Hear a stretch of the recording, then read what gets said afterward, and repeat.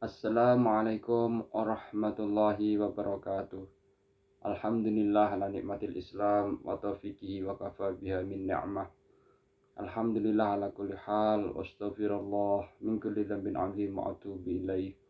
Allahumma sholli ala sayyidina Muhammadin al-fatih lima ughliq wal khatibi lima sabaq nasiril haqqa bil haqq wal hadi ila siratikal mustaqim wa ala liha haqqa qadri wa miqdaril azim.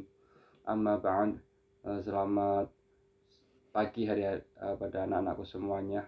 Pada pertemuan kali ini, Mister akan menjelaskan dalam video pendek ini tentang akhlak tercela, yaitu pesimis, bergantung, serakah, dan putus asa, yang itu tercantum pada bab 10 di halaman 108.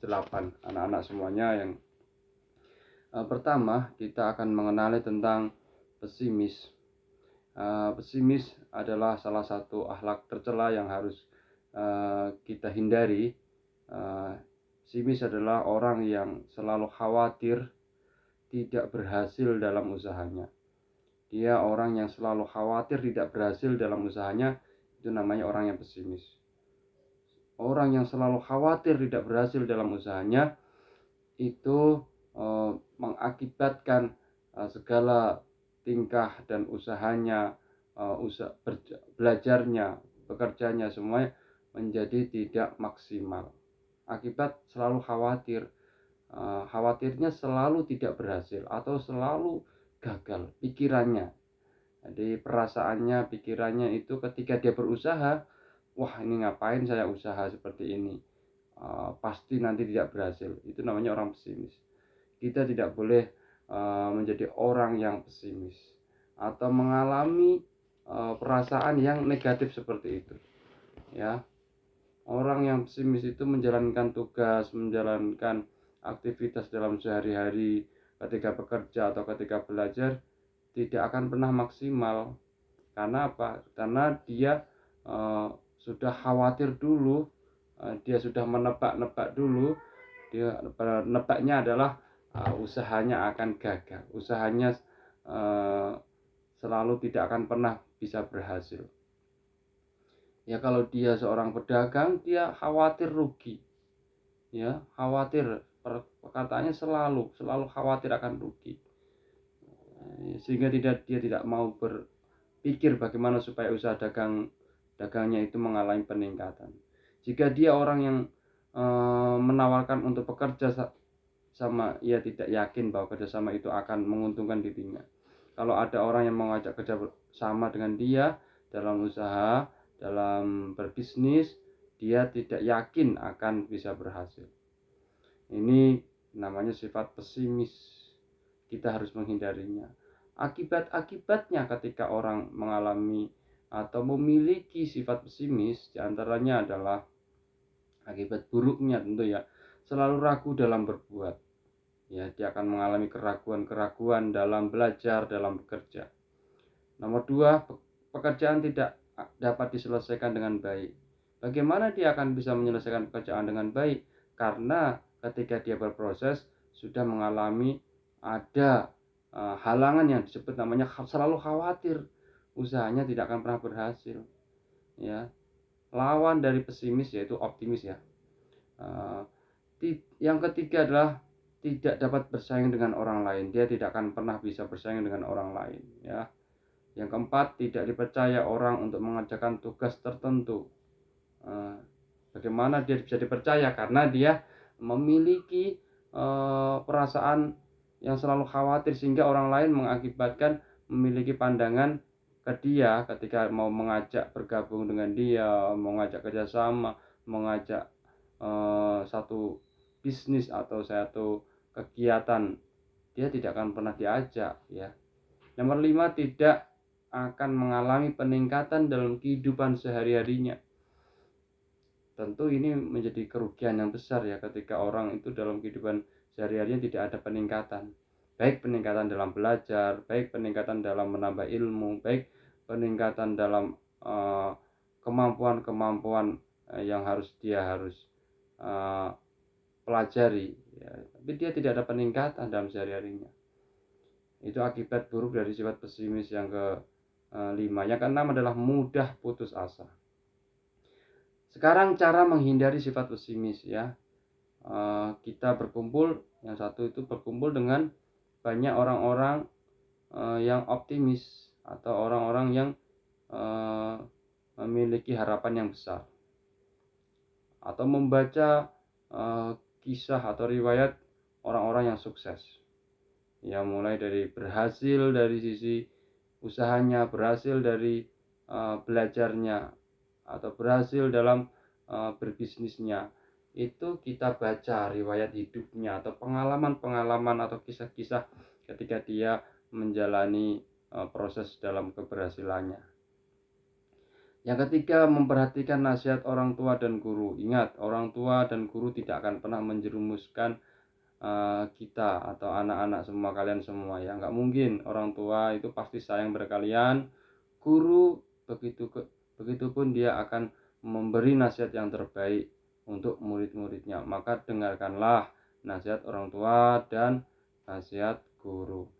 Yang keempat, jangan lupa berdoa ketika berusaha ya. Kita itu minta dan memohon kepada Allah Subhanahu wa taala, memohon dengan sangat serius karena kita sebagai orang beriman di waktu-waktu yang sudah ditentukan ya. Kita jangan sampai berhenti berdoa agar diberikan semangat dalam menjalani hidup ini ya. Kita mohon kepada Allah diberi taufik, yaitu pertolongan Allah, agar diberi kita kekuatan, kita diberi daya dan kekuatan untuk menjalani semangat dalam mengarungi kehidupan ini. Kita akan berproses. Yang kedua adalah hal tercela yang harus kita hindari adalah bergantung. Orang yang bergantung itu tidak akan pernah dia bisa mandiri. Karena apa? Dia selalu berusaha untuk menggantungkan hidupnya kepada orang lain. Dia selalu bersandar pada orang lain. Dia selalu membutuhkan orang lain ketika dalam menjalani kehidupan sehari-hari. Padahal dia harus menjadi orang yang mandiri ya. Tidak boleh kita selalu dihinggapi penyakit namanya, atau akhlak namanya bergantung. Karena apa? Dia tidak percaya terhadap kemampuan diri sendiri. Ya, Allah dan Rasulnya melarang kita untuk memiliki sifat bergantung kepada orang lain. Karena bergantung kepada orang lain akan merugikan diri sendiri dan juga merugikan orang lain. Ya, kita sejak kecil sudah terbiasa bergantung pada orang lain, maka kebiasaan itu akan terbawa hingga ia dewasa. Ya, misalnya baju sekolah harus disiapkan orang tuanya, mandi harus dimandikan, makan harus disuapi, padahal udah kelas 5. Ini kan menjadi tidak tepat. Belajar harus ditemani ya. Kalau nggak ditemani orang tua nggak bisa. Wah, ini harus bisa mandiri ya. Kita harus bisa mandiri, jangan sampai bergantung terus menerus ya. Karena apa? Semakin bertambah umur, seseorang akan semakin banyak kebutuhan hidupnya dan tanggung jawabnya semakin besar. Karena apa? Semakin kita dewasa tambah umur, maka tanggung jawabnya juga semakin banyak, semakin besar ya. Apabila jika seorang sudah dewasa, sudah berkeluarga, bagaimana ia dapat memenuhi kebutuhan hidupnya dengan baik kalau ia senantiasa mengharapkan bantuan orang lain? Dikit-dikit orang tuanya, dikit-dikit ayahnya, dikit-dikit kakaknya misalnya itu, dikit-dikit saudaranya, dikit-dikit temannya. Nanti lama-lama dia tidak akan bisa mandiri ketika dia berkeluarga. Ya, ini yang harus kalian hindari, sifat bergantung itu perlahan-lahan agar bisa hidup mandiri ya.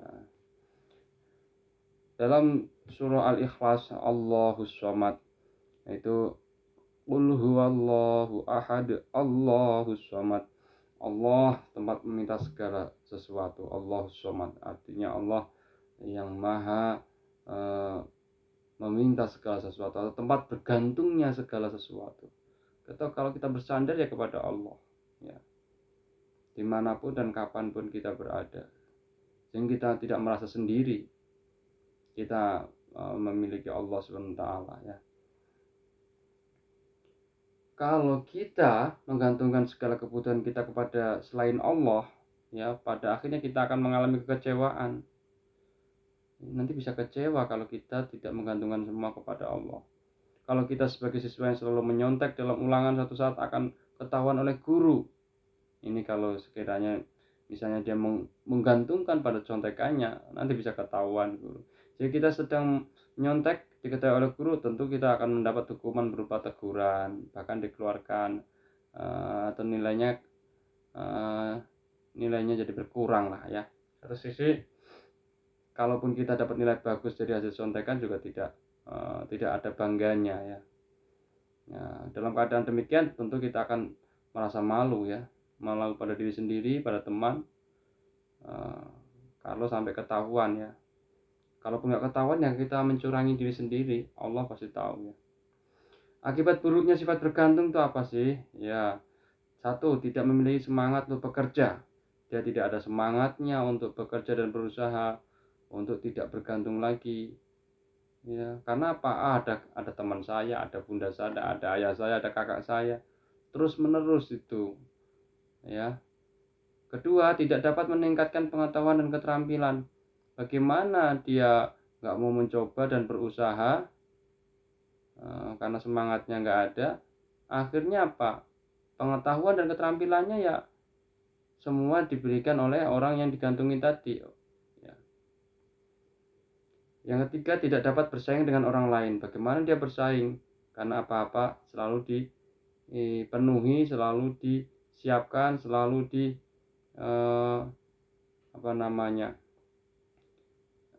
diberikan oleh orang yang digandungi ini. Kalau dia sendiri mandiri tidak bisa ya. Yang keempat, tidak bersyukur dengan rezeki yang diberikan Allah. Ingat, kita ini dikasih Allah banyak sekali ya nikmat ya. Nikmat itu jasmani, rohani, dan rezeki. Nikmat jasmani ini kita harus maksimalkan, kita harus jaga, kita harus syukuri itu dengan memeliharanya agar tetap sehat. Kita gunakan semuanya, panca indera semuanya yang diberikan Allah, dianugerahkan Allah ini kita ya untuk hal-hal ketaatan ya, terutama untuk belajar yang maksimal, berusaha yang maksimal. Begitu juga nikmat rezeki sandang, pangan, papan, fasilitas semuanya ini sama ya, kita syukuri itu semuanya, itu kita gunakan pada semestinya, jangan sampai disia-siakan ya. Yang kelima, tidak percaya diri.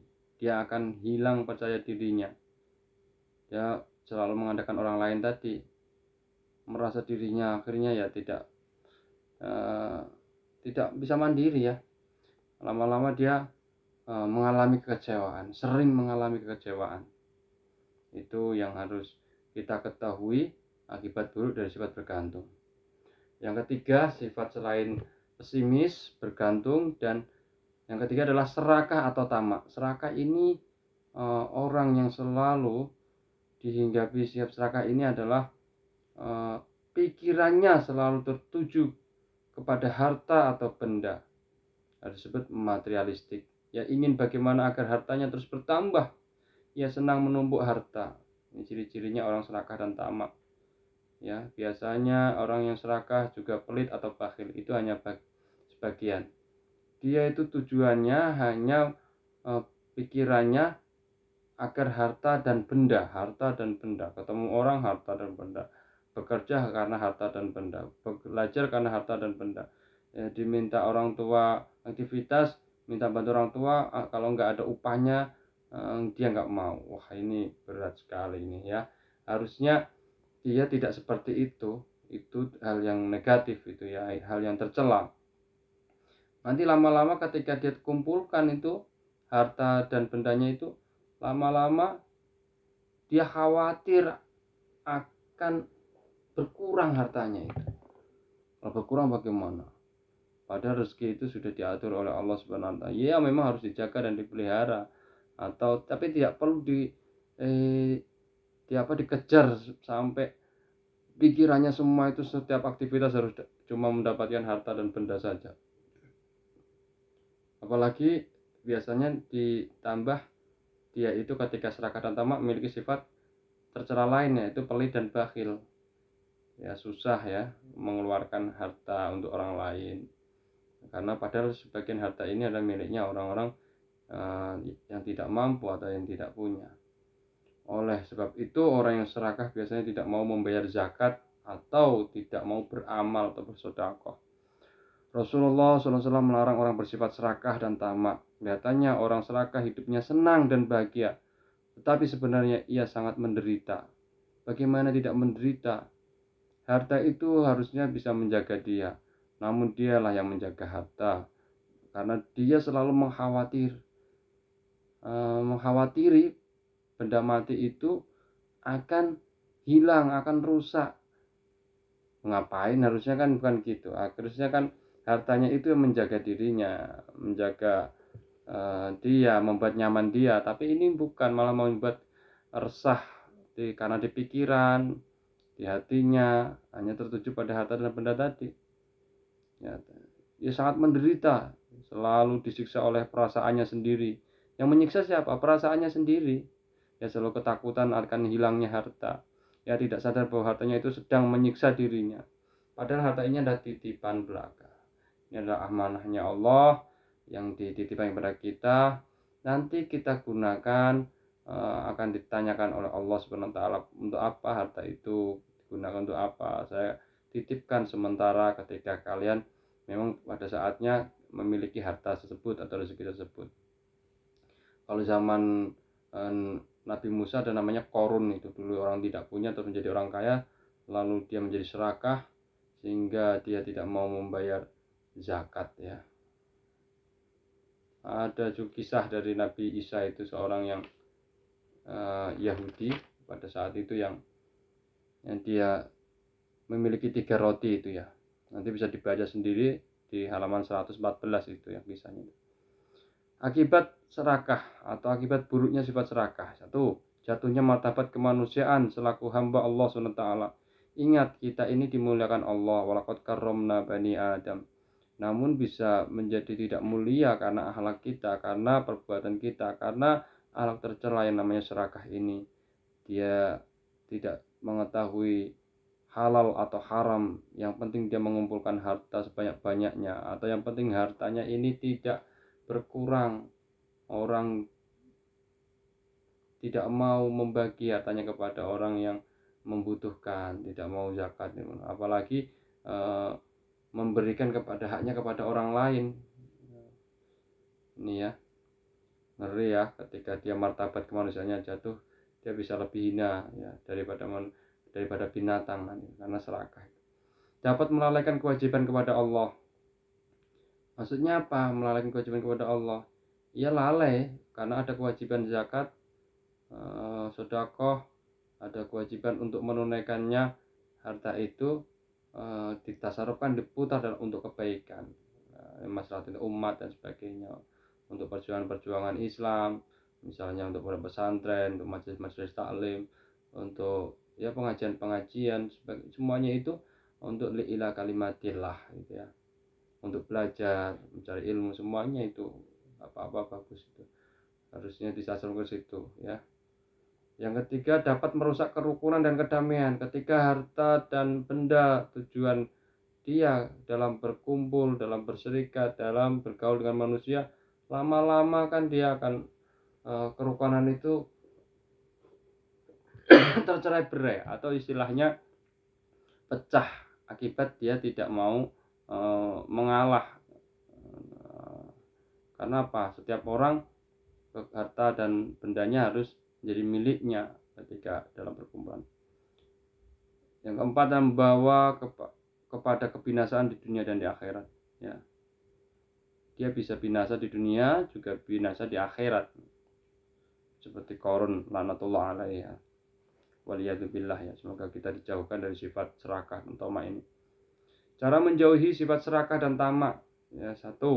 Berusaha hidup sederhana. Meskipun kita orang kaya, meskipun kita orang yang terhormat, meskipun kita memiliki harta yang banyak, kita tetap berusaha untuk menjadi orang yang sederhana, yaitu membiasakan hidup qanaah. Qanaah itu merasa cukup apa adanya dan mengendalikan hawa nafsu. Yang kedua, hindari khayalan-khayalan yang tak berguna. Seperti ingin jadi juara kelas tapi malas belajar, dan ingin menjadi orang kaya tapi malas bekerja. Wah, itu berhayal namanya. Yang ketiga, menanamkan pada diri bahwa rezeki sudah diatur oleh Allah. Kita yakini betul-betul di dalam hati kita bahwa setiap rezeki yang kita miliki ini dimiliki orang lain itu atas pembagiannya Allah Subhanahu wa taala, sudah diatur ya. Maksudnya bila sudah belajar dengan kemampuan dan penuh kesungguhan serta belajar dengan giat, adapun hasilnya adalah Allah SWT menentukan. Banyak sedikitnya yang kamu peroleh harus diterima dengan ikhlas dan tawakal, seperti yang dijanjikan dalam firman Allah SWT dalam Quran surat Hud ayat 6 ya, yang artinya sebagai berikut: dan tidak satu pun makhluk bergerak atau bernyawa di bumi melainkan semuanya dijamin oleh Allah rezekinya ya. Yang keempat, banyak bersyukur kepada Allah atas segala nikmat yang diberikannya kepada kita. Demikian penjelasan tentang sifat serakah. Siswa madrasah hendaknya dapat menjauhi sifat serakah. Kalian semua ini, kita semuanya ini belajar untuk menghindari sifat-sifat tercela ya, terutama serakah, tamak, bergantung, pesimis. Ya, semoga kita diberikan sifat qanaah. Ada satu lagi yaitu putus asa. Putus asa ini apa sih dia itu putus asa itu? Ya, setelah dia pesimis ya, karena pesimis menyebabkan orang mudah putus asa.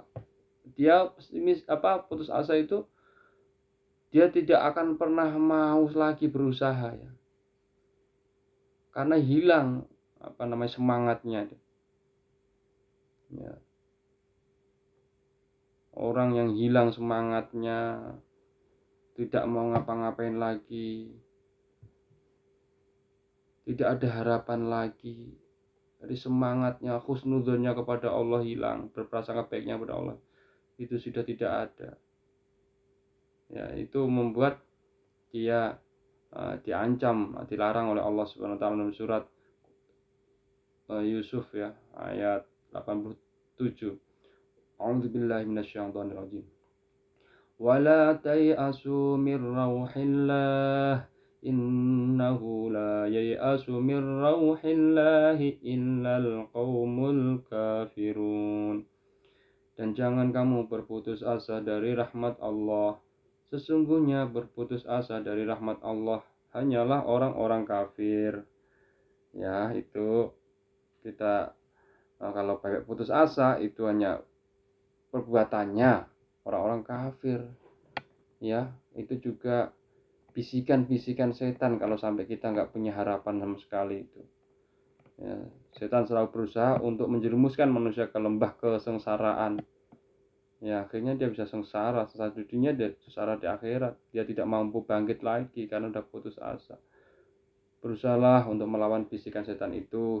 Hindarilah sifat putus asa, karena akibat buruknya sangat buruk sekali ya bagi kita ya, di dunia maupun di akhirat. Akibat buruknya nih ada 4 ya. 1, tidak ada semangat untuk belajar dan bekerja. Tidak ada semangat lagi kalau sudah putus semangatnya, itu asanya. Ini disebut putus asa.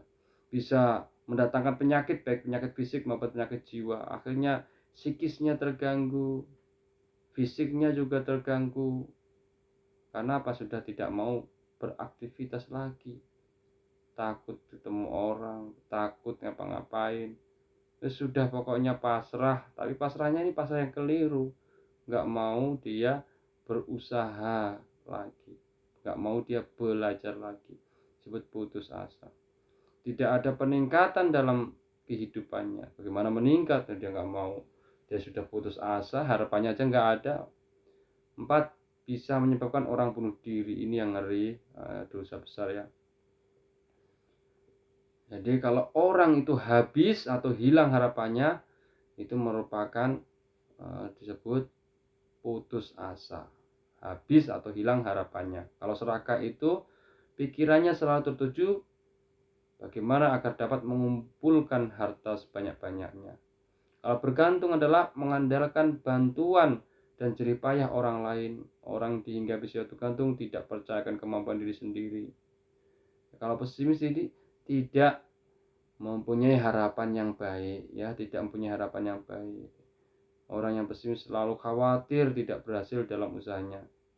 Ini semoga kita bisa terhindar dari sifat-sifat buruk, pesimis, bergantung, serakah, dan putus asa.